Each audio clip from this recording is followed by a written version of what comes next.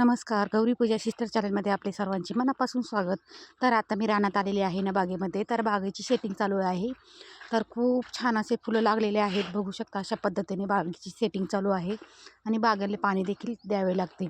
तर बागेमध्ये आल्यानंतर आहे ना बागेला असे भरपूर असे शेंडे आलेले आहे आणि ते शेंडे काढण्याचे काम चालू आहे. तर माशा पण थोड्याशा कमी आहे, पण आता यायला लागलेले आहे. अशा पद्धतीने बघू शकता गवत देखील भरपूर आलेलं आहे. तर आता नरकळी आणि मादीकळी देखील भरपूर अशा प्रमाणात लागलेली आहे. बागेवर तेले आहे, पण औषधे फवारल्यामुळे ना काही एवढं येत नाही आहे. तर बघू शकता झाडं आता भरपूर उंच झालेले आहे ना, तर शेंड्यापर्यंत अशी फुलं लागलेली खालच्या बाजूला कमी आहे, पण वरती शेंड्याकडे भरपूर अशी प्रमाणात सेटिंग चालू आहे. काही नरकळी आहे आणि काही मादीकळी भरपूर प्रमाणात आहे आणि खूप छान अशा पद्धतीने बाग आमचा सेट होत आहे आणि भरपूर असे शेंडे देखील निघलेले आहे.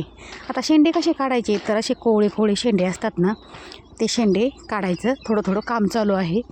एवढे काही नाही निघलेले, पण जसे निघतील ना तसे काढून घ्यायचे. पूर्ण झाड असं खालच्या बाजूने असं रिकामं आहे, फक्त वरतीच फुलं लागलेले आहे, जास्त झाड मोठं असल्यामुळे.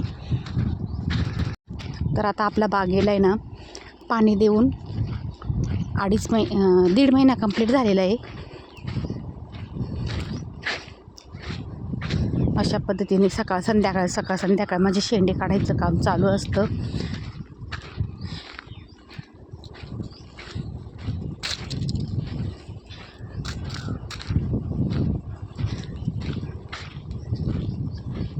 आणि बागेमध्ये ना खूप असं करमून जातं.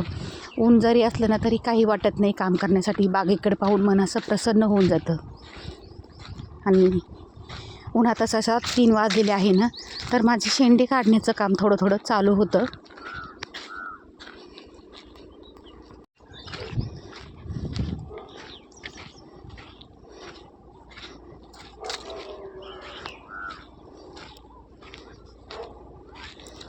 आणि काँग्रेस देखील खूप आलेलं आहे आणि हे गवत आहे ना आता सेटिंग झाल्याशिवाय तर अजिबात खुरपता येणार नाही आहे.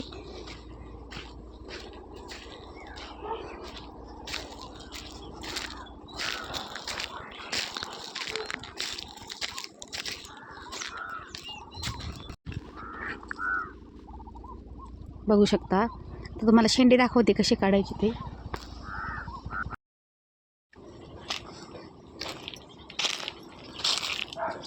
तर आता आहे ना मी काही बागाचे शेंडे दिले आणि काही झाडांना ते शेंडे काढणार आहे.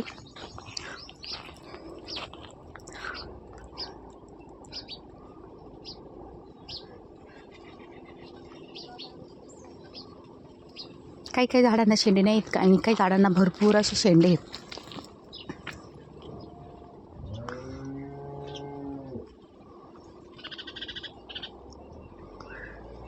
तर हे असे कोवळे शेंडे काढायचे.